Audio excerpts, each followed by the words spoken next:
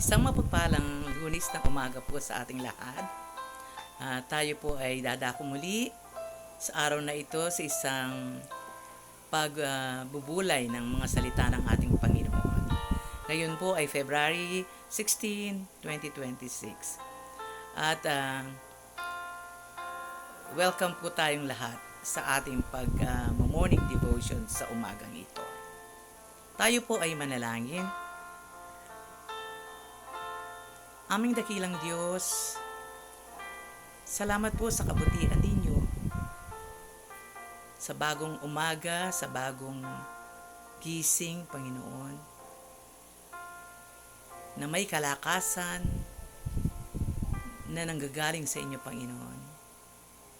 Sa umaga pong ito, Panginoon, hinihiling po namin ang iyong presensya. Habang pinagbubulay-bulayan po namin ang inyong mga salita, bigyan niyo po kami ng malinis na puso, ng wisdom, Lord, na nanggagaling sa inyo, upang maintindihan namin mabuti ang inyong mabuting balita sa araw na ito. Maraming salamat po. Muli po ang inyong presensya at ang samahan niyo po kami sa inyong banal na Espiritu. Ito po ang aming samad-dalangin sa matamis na pangalan mo, Jesus. Amen. Again, good morning po at welcome po sa ating scripture reading. Kung meron po kayong Bible sa tabi ninyo, samahan niyo po ako at pagbubulay-bulayan po natin ang isang sulat ni Pablo sa mga tao sa Pilipos. At sa unang kabanata, mga talatang 3 hanggang 11. Philippians chapter 1 verses 3 to 11.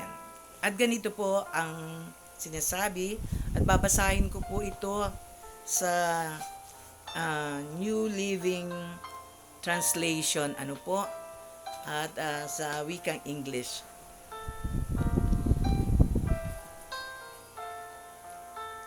In verse 3, every time I think of you, I give thanks to my God.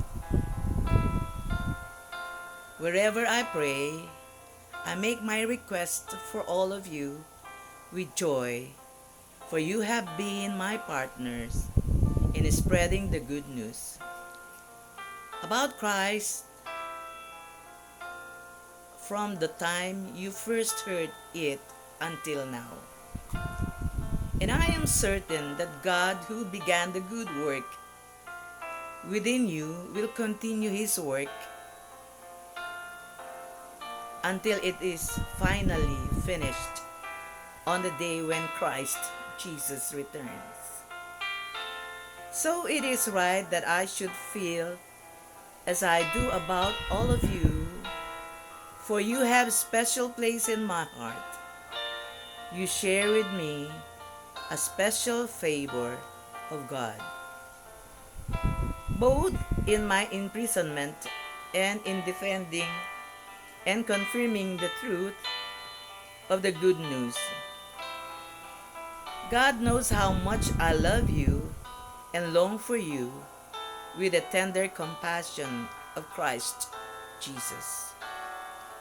I pray that your love will overflow more and more, and that you will keep on growing in knowledge and understanding. For I want you to understand what really matters, so that you may live pure and blameless lives until the day of Christ's return.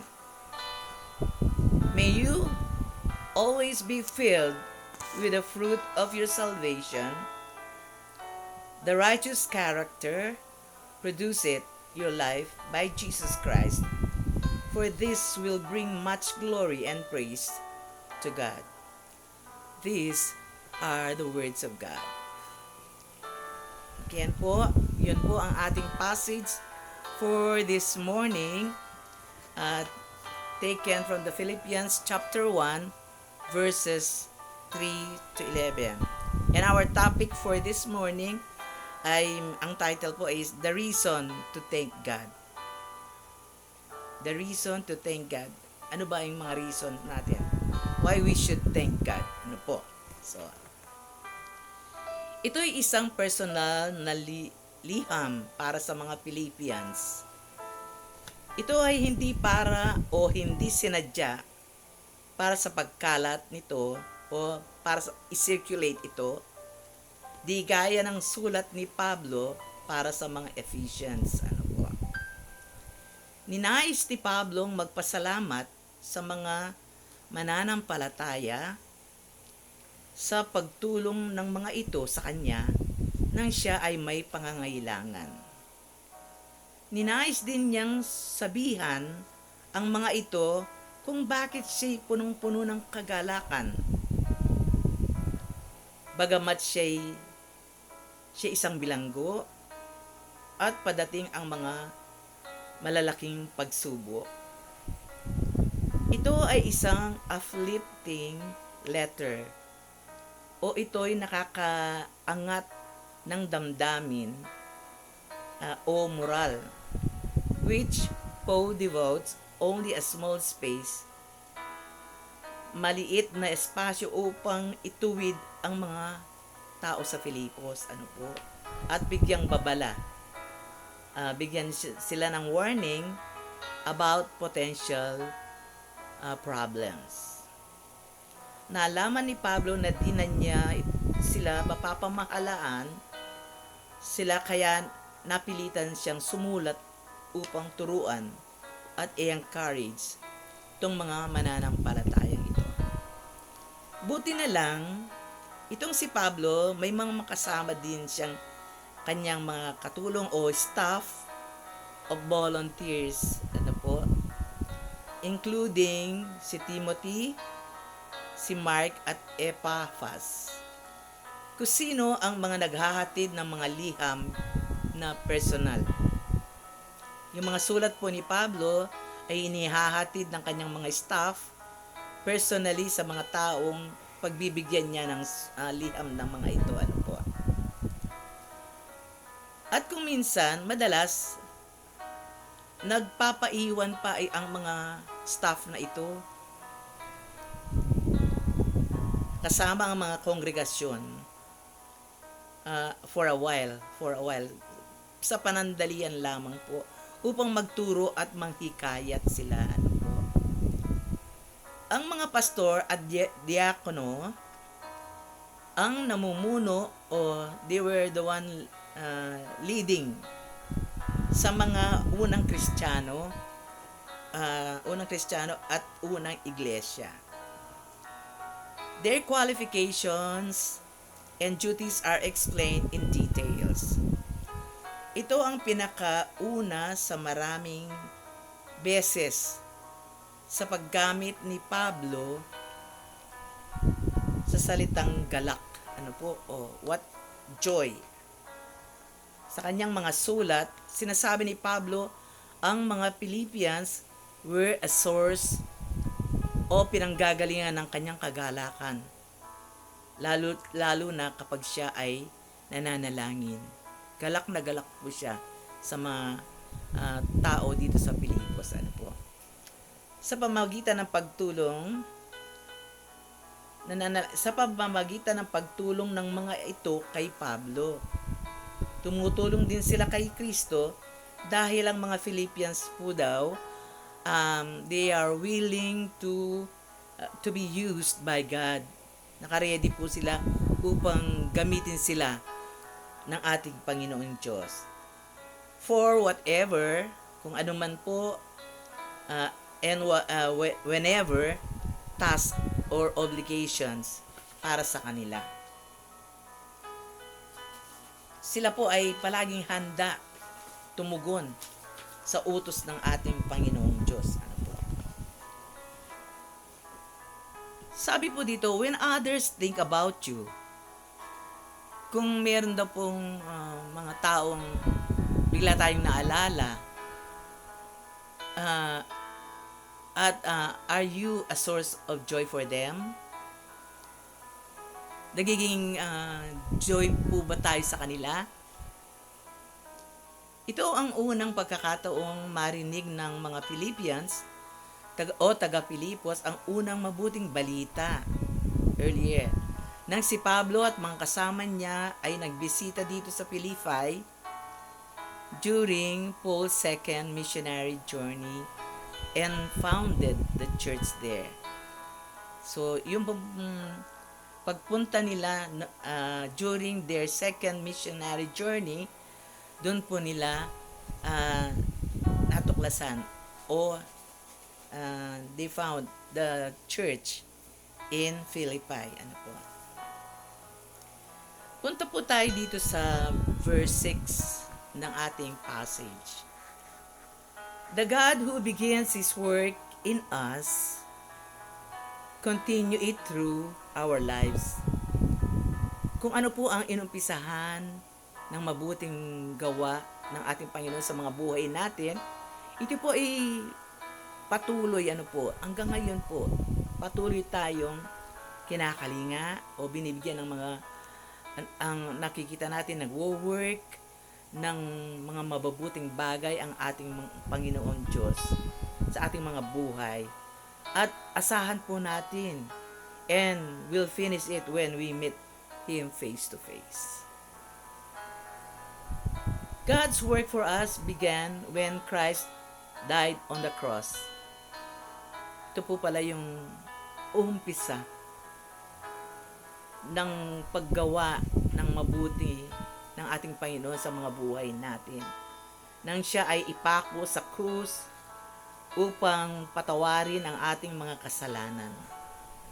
Ang kanyang gawa sa buhay natin begins nang ang banal na Espiritu comes into our hearts, nang pumasok siya sa puso natin.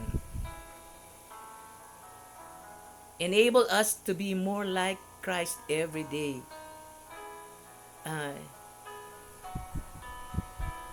Ang paggawa po niya sa buhay natin, yung nagiging kamukha na po natin siya, sa araw-araw na paggalaw natin o paggalaw niya sa buhay natin, nagiging kamukha na natin si Kristo. We are Christ-like, Paul is describing the process of Christian growth and maturity that begins when we accept Jesus and continues until Christ returns. Kapag daw po tinanggap natin si Kristo sa buhay natin, ito po isang parang process upang lumago tayo sa ating pananampalataya at magiging matured Christians,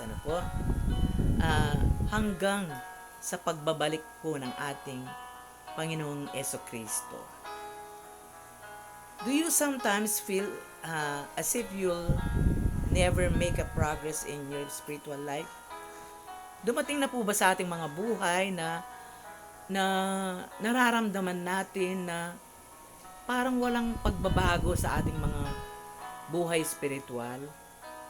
Na matagal na po tayong nasa church, matagal na tayong nananambahan, ngunit parang wala tayong nakikitang progress o paglago ng ating pananampalataya. Minsan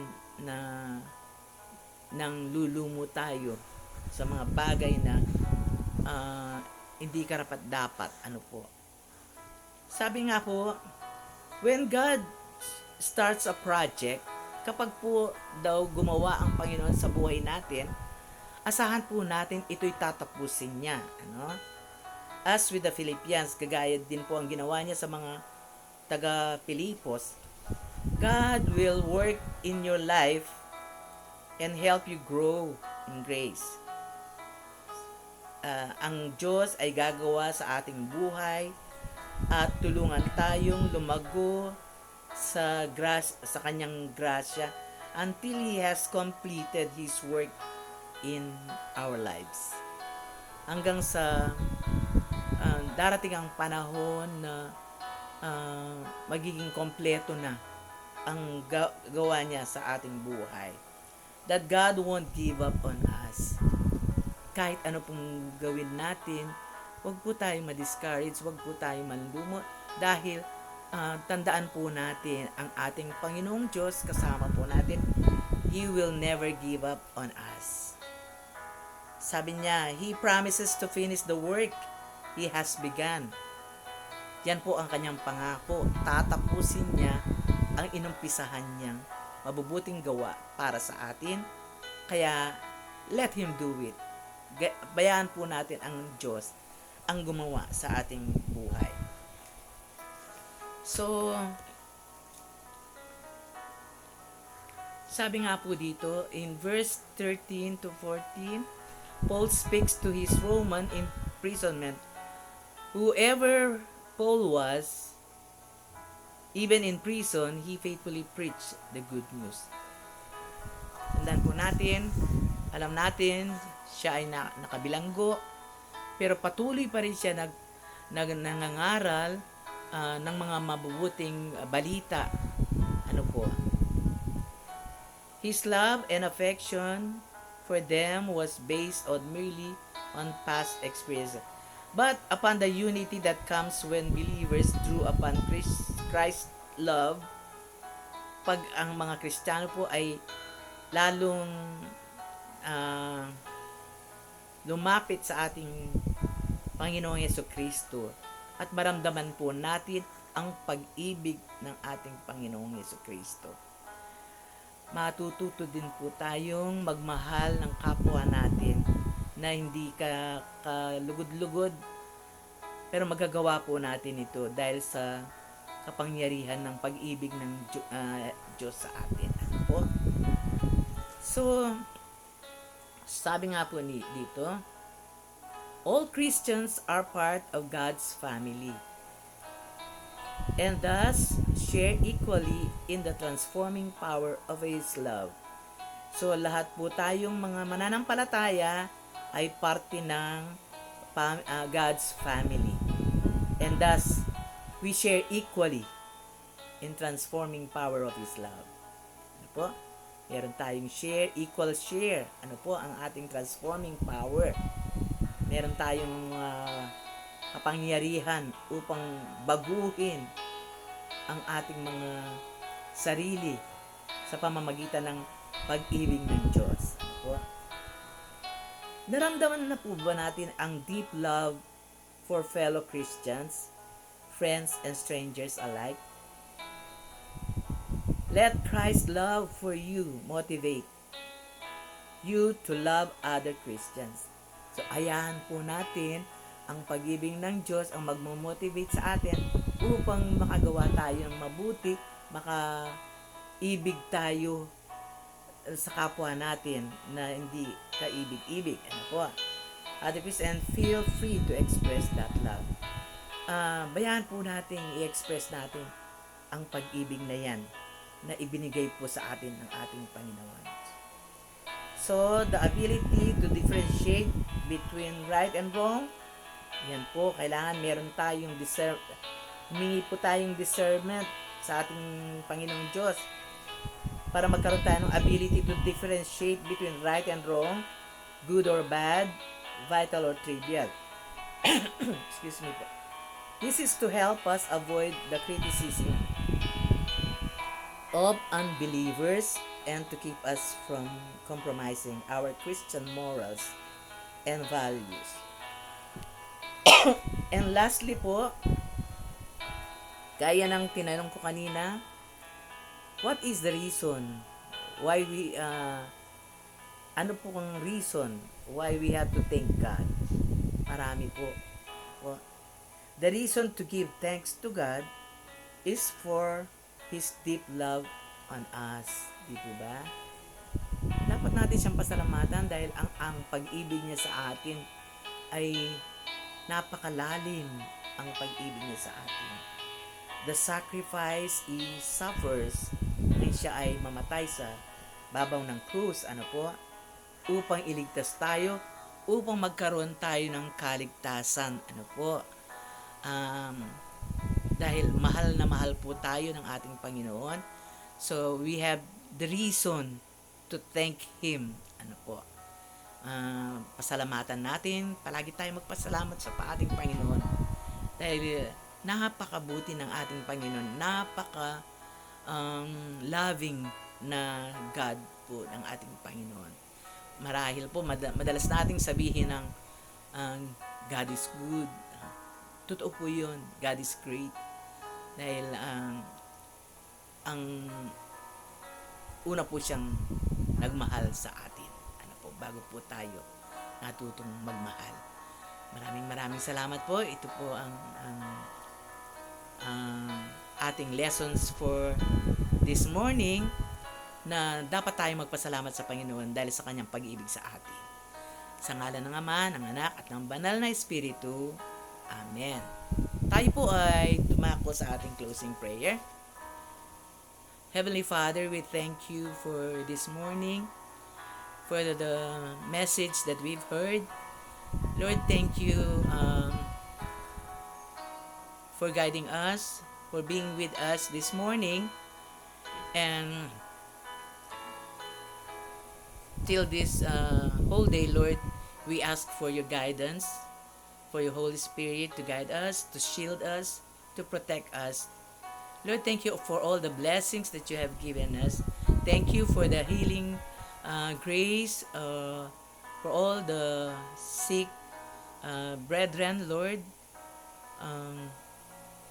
who are in the hospital. Some are in their homes, Lord. Thank you so much, Lord. And thank you for the blessings that you've given us for the whole day, for the whole week. Lord, again, we have a new week, Lord.